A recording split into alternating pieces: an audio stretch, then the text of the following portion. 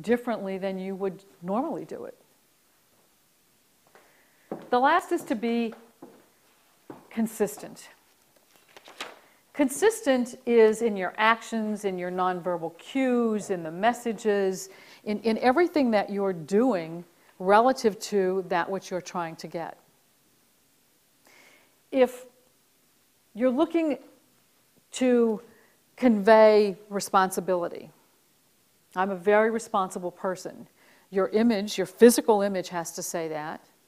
You know, you wouldn't go in there with things hanging off your ears and your sunglasses on the top of your head, you know, and your jeans falling down or things like that, right? You would make sure that you had a very responsible image when you went through that door.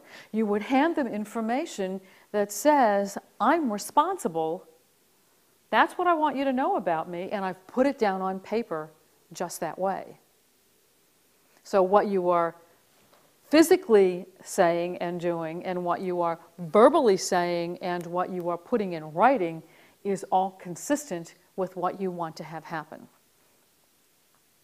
Okay, you will give them the information that they need, you will look the part, you will shake their hand, you will do all of the things that are consistent with the image you're trying to create and with the goal that you have.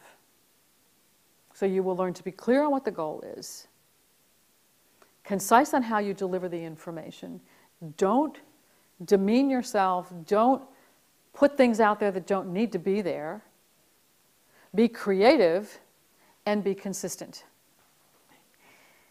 The number one fear in life is standing in front of a group of people and giving a speech. And yet, you do it in college, you do it in high school. I remember my very first public speech. I was probably in the 8th grade or 9th grade and gave this speech about going to Baltimore and standing on the launch pad of a missile. Never had been in front of a group of people before giving a speech, so you can imagine the fear that I have. And I have friends and associates and business people that I know that are absolutely petrified to stand in front of a group of people. Why is that? You're afraid that you're going to trip. You're going to forget what you're supposed to say. You will not convey the information properly. So we are going to talk about how to create a presentation, anytime, that will allow you to have a conversation with your audience, be comfortable with yourself, and get all of the information across that you really need to. Because you're not going to sit down and say, I have to give a presentation, what am I going to do? First thing that happens with people who are giving a presentation is they take a piece of paper and they start writing down. They start writing it, right? Let's write out what this presentation is about. Well, we're going to take a step and we're going to do something different. We're going to talk about how to prepare for it, how to organize it, and how to present it. Now, the first thing that you will see in there, it says, to really make a great presentation, you need to know that there are 3 extremely important things. The audience wants you to be successful. If you're not successful, the audience is absolutely bored. So think about that. They don't really care if you're perfect. In fact, audiences will often respond better to someone who makes a slight mistake or little faux pas or whatever, because since people fear public speaking so much, they look at the person who's up there thinking, wow, you know, look how great that is that they're giving this speech. So if they do some little thing, the audience all of a sudden relates even more significantly to the speaker. And the last thing is that every audience wants to learn something from you. So if you think about all of those 3 things, as you start to put your presentation together, it becomes very easy. The first thing that you do, and you have a presentation booklet there that has a lot of information, and I would suggest that you take it and use it and think about every time you're doing a presentation and use the format. Because the preparation is to begin with preparing yourself. Not the speech, not the information, but you. Why are you there? What do you want to have happen? Why is the audience there? Who is the group? You know, you really have to stop and think about all of those things. What time of the day is it? Do they want to be there? Am I giving a speech to people who have paid for it? Am I in front of a group of people giving a presentation because they really want to listen to it? Why are they there, and why am I there? What do I want to have happen? Because you can't create the presentation if you don't know what you want to be the outcome. And everything we have talked about today in communication is knowing what you want, making sure the impression that you make, the first impression you make, is good, and all of those things come from understanding what you want to have happen. Who is the audience? And we're going to do just a couple of exercises in this book today to get you on the path of understanding how to do a really great presentation and put some pop into it.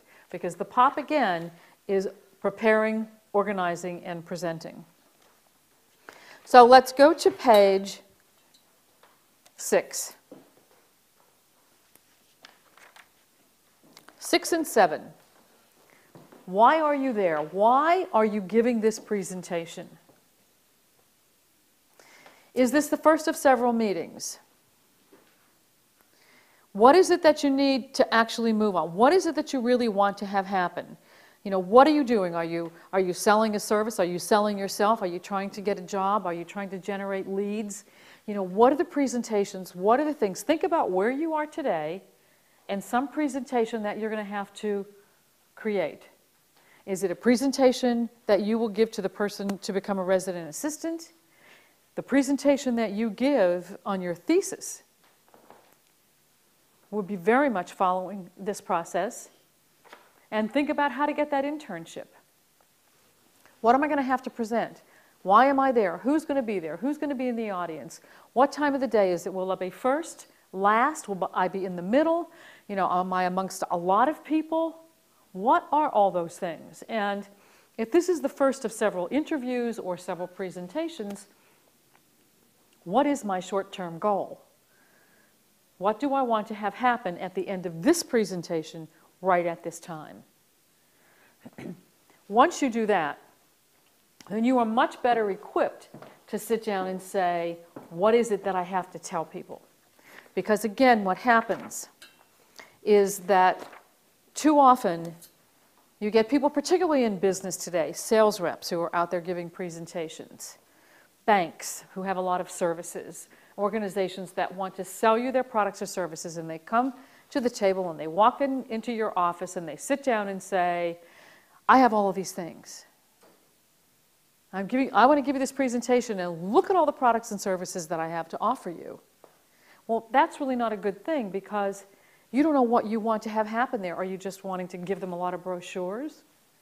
You know, what do you want to have happen? If you sit down with the director of the resident assistants and you know that's the first time, what do you want to walk away with? A second interview? A commitment for the job? So think about, why am I there? Why is the audience there? What are they looking for? And what am I looking for? That's part of preparing you. How long will I have? What will the attention span be? And what is the most important piece of information that I need to give and I need to create? One of the other things that it's extremely important in a presentation of any kind, whether it's to a small group, a large group, whether it's in a political arena, whether it's in a corporate arena, whether it's in a high school, a college, in any type of environment, it's to make the audience comfortable. You want to make sure that what you are doing allows your audience to relate to you, to listen to you, to not feel as though they are encumbered with a lot of other things going on around them, having to look at a lot of PowerPoint, because we will talk about that in a few minutes. You know, how do you support the ideas that you have? The other thing is when you focus on the audience, you will forget about your own fear.